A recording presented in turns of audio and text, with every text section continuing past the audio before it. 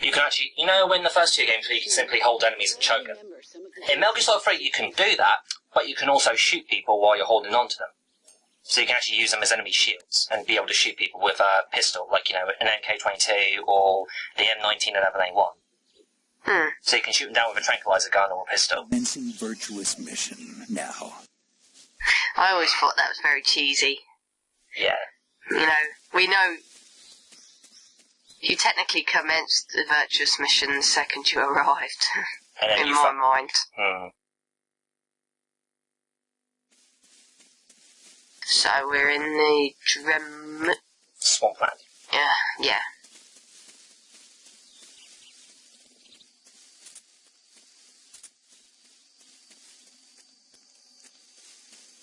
The crocodiles can attack you, can't they? I'm pretty sure, you know... If you go into their mouths, they'll kill you instantly and they'll eat you up. So, quickly kill them, knife. Can you eat them? Yeah, you can. That must last you so long!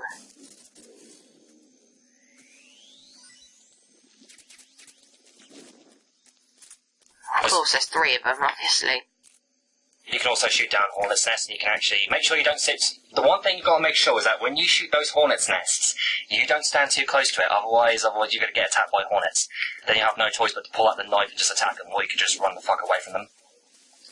And that gives you ointment? Yeah, it also gives you ointment as well. Okay. What's the ointment do? Oh, it's for the kill mode, when you got to get rid of burns when you get burned by, like, you know... Oh, burns, okay. And you get caught on fire. There's also some fruit here. I'm going to see if I can find some fruit. Come on, there's some fruit. Well, given that this is Virtuous Mission and not Snake Eater Mission, does it really matter? Do you keep the food you've earned here, or does it not pass over when you go to... You do keep the calorie mate, though. And the calorie mate's the best food you want to eat in the game, as well as instant noodles, because they never rot, and you can actually restore lots of stamina with that. Okay. And you can find plenty of those in certain huts and whatnot. I'm presuming you know what foods to avoid. Yeah. Well, obviously, they'll tell you. Like, if it'll say, like, poisonous frog or poisonous mushroom, you don't eat them. Okay. And obviously, I think you can call up somebody and ask. Yeah, paramedic, and she tells you all about the food and that. You get some really funny, interesting conversations about when she talks about different food and whatnot, which is quite amusing. I think Metal Gear Solid 2 and Metal Gear Solid 3 had the best Easter eggs in the series. Yeah. 4 barely had any Easter eggs, which kind of disappointed me, kind of. Snake? One thing I like about the AI in this game is that, unlike in the first 2 games where they simply just move back and forth using their head in the same positions, in 3 they actually look around more, they actually look in different directions when they're walking. Yeah. Which is a bit more realistic. Got that? The Major is right. The point of this mission is to sneak through the jungle without being seen. The success of the mission depends on how well you use your camouflage. Change your camouflage by selecting Camouflage from the Survival Viewer. The Uniform option lets you pick your uniform, while the Face option lets you change your face paint. Choosing camouflage that blends in with your surroundings will help you conceal yourself more effectively. So camouflage is also a new thing, isn't it? Yeah. This was the game that introduced camouflage. Now, the idea of the game is that when you select different face paints and different outfits, as you progress through the game, you've got to make sure you match a certain terrain. And if you match the terrain, the higher the percentage rate, the harder you are to spot by the enemy. Okay. And you can like go through your camouflages and whichever's appropriate for the area. Exactly. You know, you can switch to. Yeah, exactly. It's kind of unrealistic how he can change his face paint and his outfits that quickly, though. Yeah, well, it's a game. But still, it is kind of unrealistic as to how he does that. But then again, if it was realistic, think about how much of a pain in the arse it would be. Could you imagine, like, Snake changing his clothes in front of the enemy while being shot at? That would be a pain in the butt. Can you imagine, you know, him stripping down in front of the enemy? No, I cannot imagine him stripping down in front of the enemy. Yeah, you've also got, like, different options you can choose between black face paint, splinter.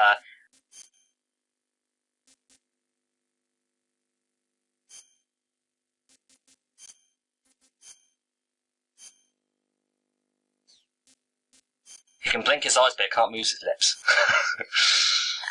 Right, so you've got, like, all these outfits. You've got Naked, you've got Oliver Drab, you've got Tiber Strip. I'm gonna go with Leaf. Yeah. It's the best one to go for. Matches the grassy terrain. Yeah, it does. Also, what's interesting about Metal Gear Solid 3 is that there's a backpack system in this game, unlike in Metal Gear Solid 1 and 2, where you simply had countless items that you can carry as well as weapons. In MGS3, it's like a backpack system where you can hold like 8 weapons or so and 8 items, and you have to be manageable as to how you use it, because the less items you've got in your inventory, the more less stamina you burn off. Okay, you obviously burn off more stamina if you hold more. Yes, that's why I tend to... That makes sense. That's why I tend to disequip certain items that I don't need. So I don't need that. I definitely need that, so yeah. With that. So here's the food that I've captured. Got Russians and all that. What's interesting about this game is when you capture food, when you eat the food, you see Snake's reactions as to how he says what he thinks of the food. It's quite priceless. Even made my friend Matthew chuckle a couple of times, which is quite funny. So anyway, I'm going to show you the CQC. So what I'm going to do is I'm going to quickly go into this grass, wait until the enemy comes down, and I'm going to sneak up behind him and use CQC on him. Okay. Showcase CQC. Yeah.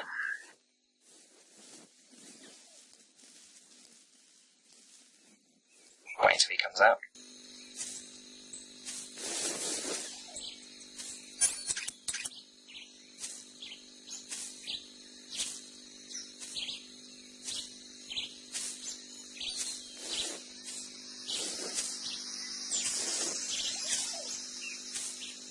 Notice what I mean by the AI of the guards being more realistic? They actually turn their heads around and actually look around, instead of just looking in one position like robots. The one thing that may be a bit, that some people might find a bit, jarring is the lack of, the Soliton radar? Yeah. But obviously, But I can understand it, because this this is in the 60s. Yeah. It likely didn't exist at this point. Actually, I kind of like it not being a radar system, because you adapt to it so well that you don't really care if it's a radar system. And also it makes the game more challenging, I think. He just doesn't care. Mm-hmm. So what you can do is that you can cut people's throats, you can choke them, you can use them as enemy shields, you can... it's pretty much... there's a lot to explain.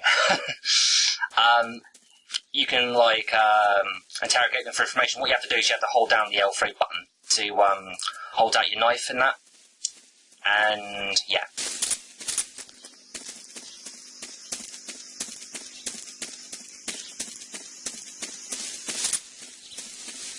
So the Virtuous Mission is basically just like the tutorial. Maybe you could say that.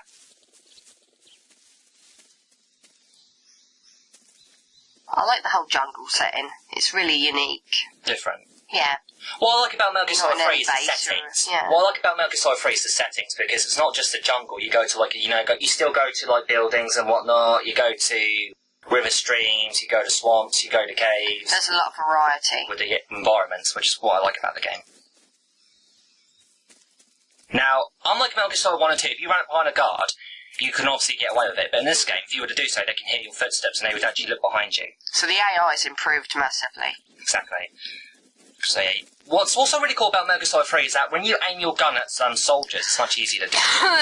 Because in this game, unlike Metal Gear Solid 2, where it was kind of awkward to, run around and aim in first-person view mode and aim your gun at their faces, whereas in this game you can actually just hold down the square button and just walk around your opponent and aim in his face or his groin. If you climb trees, there's fruit. Well, doy. Is that all you have to offer? Actually, some of them do give you certain frequencies, like healing radio frequencies and alert. You can actually turn the alert phase off as well. Really? Yeah, you can. You can also do, fire request support, and you can actually get, bombs coming out of nowhere and all that. So he's repeating himself now. Yep. So push them to the floor. And now you can actually hold enemies up on the floor, as well as being able to hold them while they're standing. Oh, he's going to wet himself in a minute. Yeah. Just put him out of his misery. Kick his ass.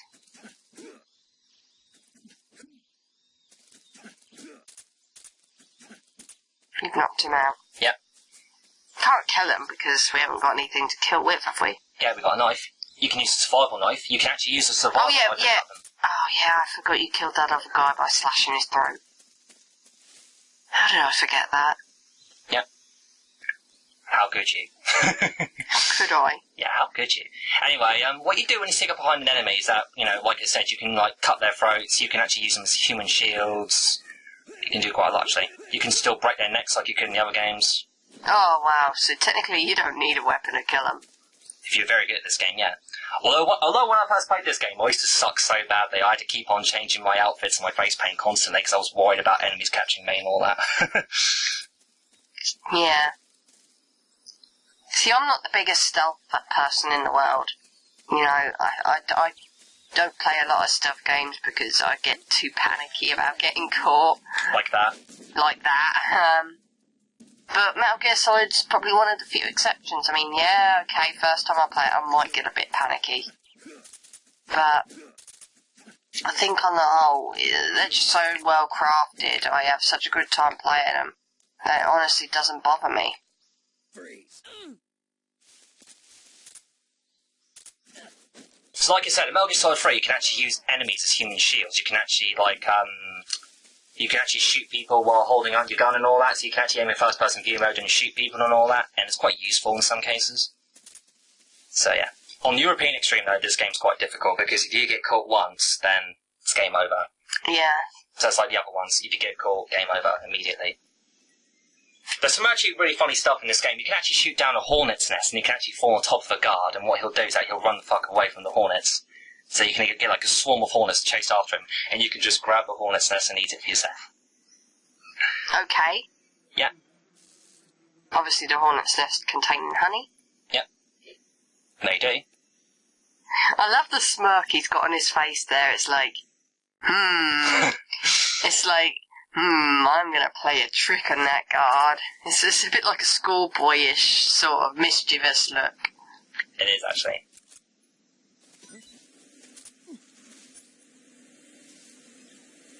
I'm going to get binoculars out so I can actually see what's going on. I really can't say I blame him.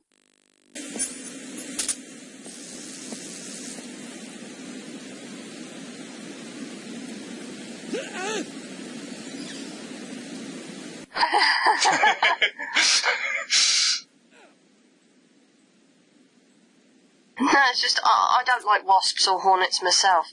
They terrify me.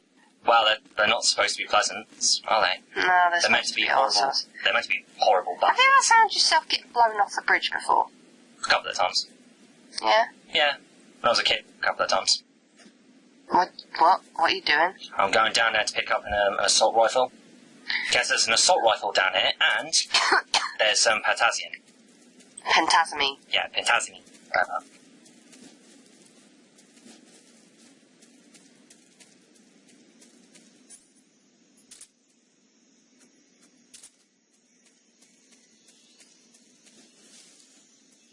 Rasvet.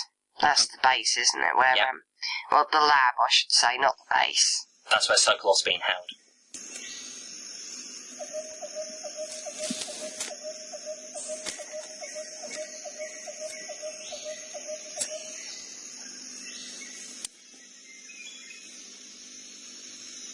Major, I've reached the abandoned factory where Sokolov is supposedly being held. This place is a dump.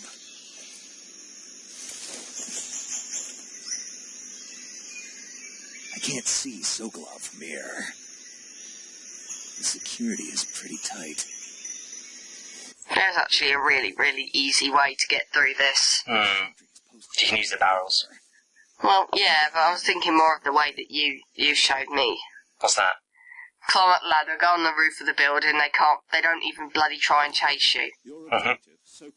Just hang around at the top of the building and they won't do a darn thing. Then you just drop down and then you're right outside Sokolov's door. Yep.